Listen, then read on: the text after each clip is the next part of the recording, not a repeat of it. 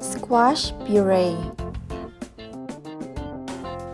Cut the squash into cubes. Using a food processor, steam the squash cubes.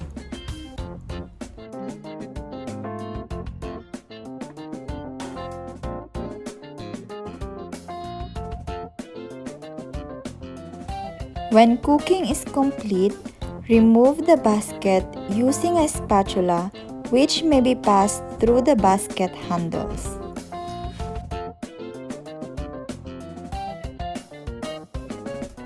Put the juice into a separate container.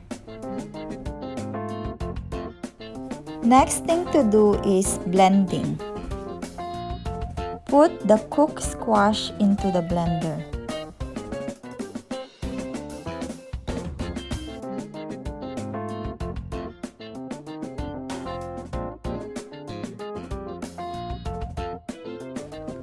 Pause for a maximum of 5 seconds.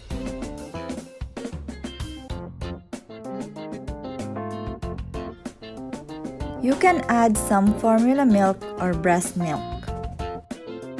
You can also add the squash juice if you want. Blend it until you reach the desired consistency.